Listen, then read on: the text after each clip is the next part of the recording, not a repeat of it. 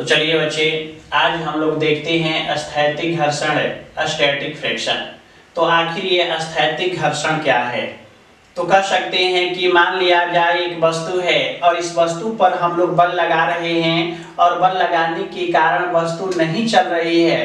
तो इस स्थिति में जो भी घर्षण बल लगता है उसी का नाम दिया जाता है स्थैतिक घर्षण। यानी आप चित्र में देख रहे हैं कि एक क्षैतिज सतह है, क्षैतिज समतल है और इस पर यम द्रव्यमान की एक वस्तु स्थित है। इस वस्तु पर यह बल लग रहा है, लेकिन बल लगने के बावजूद भी वस्तु गति नहीं कर रही है।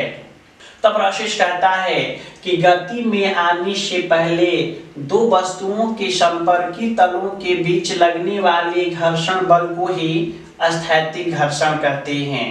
यानी हम लोग कह सकते हैं कि the frictional force acting between two contact surface before starting of motion is called static friction.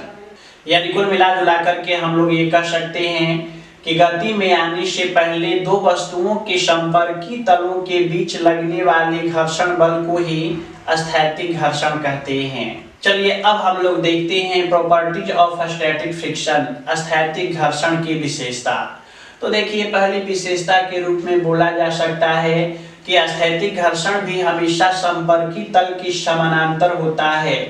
Static friction is always parallel to the contact surface. और यदि इसके दूसरी विशेषता की हम लोग बात करें तो प्रोसेस कहता है the magnitude of static friction is always equal to the force applied on the object and its direction is just opposite to the direction of force. यानी ये कहा जा सकता है कि स्थैतिक घर्षण बल का मान वस्तु पर लगने वाले बाह्य बल के मान के बराबर होता है, जबकि इसकी दिशा वस्तु पर लगने वाले बाह्य बल के दिशा के विपरीत दिशा में होता है। तो ये था स्थैतिक घर्षण बल और उसकी विशेषता। चलिए अब हम लोग देखते हैं काइनेटिक फ्रिक्शन, गतिक घर्षण। तो भाई ये गतिक घर्षण क्या है? तो नाम से ही आप समझ रहे हैं गतिक। गतिक का मतलब वस्तु गति कर रही है, द ऑब्जेक्ट इज मूविंग। तो कहा जा सकता है कि जब कोई वस्तु किसी दूसरी वस्तु की सतह पर गति करती है तो उस स्थिति में उनके संपर्की तलों के बीच लगने वाले घर्षण बल को ही गतिक घर्षण कहते हैं। When relative slipping occur in between two contact surfaces, then in this condition the frictional force acting between their contact surface is called kinetic friction। तो भाई आप चित्र में भी देख सकते हैं कि यहाँ एक क्षैतिज समतल दिखाया गया है और इस समतल पर यम द्रव्यमान के एक वस्तु को रखा गया है और जब इस वस्तु पर यह बल लग रहा है तो यह वस्तु चलना प्रारंभ कर दे रही है, यानी वस्तु गति कर रही है। तो हम लोग ये कह सकते हैं कि जब एक वस्तु दूसरी वस्तु के सतह पर गति कर रही होती है तो उस स्थिति में इनके संपर्की तलों के बीच लगने वाले घर्षण बल को गतिक घर्षण कहते हैं।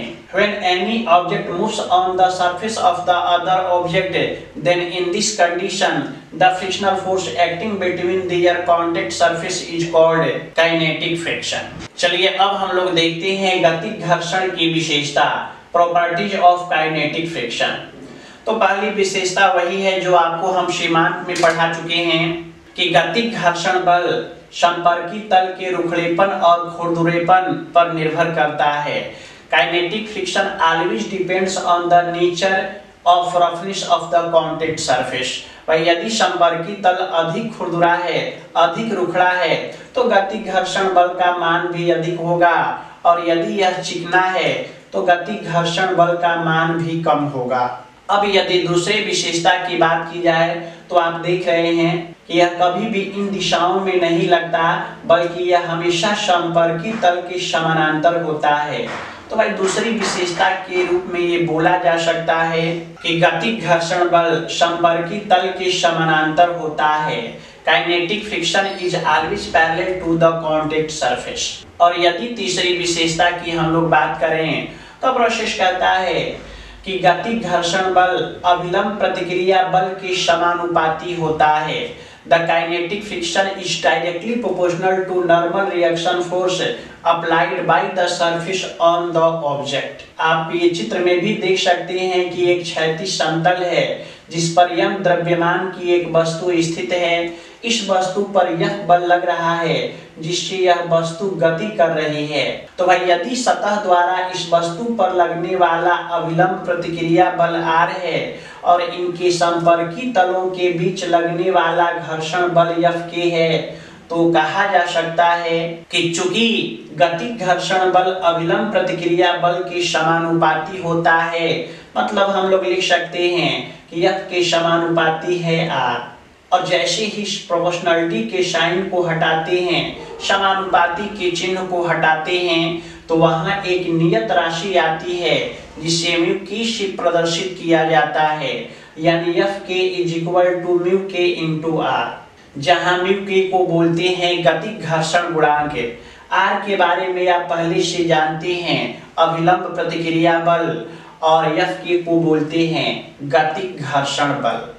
तो जब भी गतिक घर्षण बल के प्रश्न को सॉल्व करना होगा तो वहां पर फॉर्मूला अप्लाई होगा F के इज इक्वल टू म्यू के इंटू R। और यदि इसके चौथी विशेषता की हम लोग बात करें तो कहता है कि if the normal reaction force applied by surface on the object is constant, then in this condition the kinetic friction do not depends on the size and shape of the object. यानी यदि किसी वस्तु पर लगने वाला अभिलंब प्रतिक्रिया बल नियत है तो इस स्थिति में गतिक घर्षण बल वस्तु के आकार और आकृति पर निर्भर नहीं करता, बल्कि यह स्वतंत्र होता है।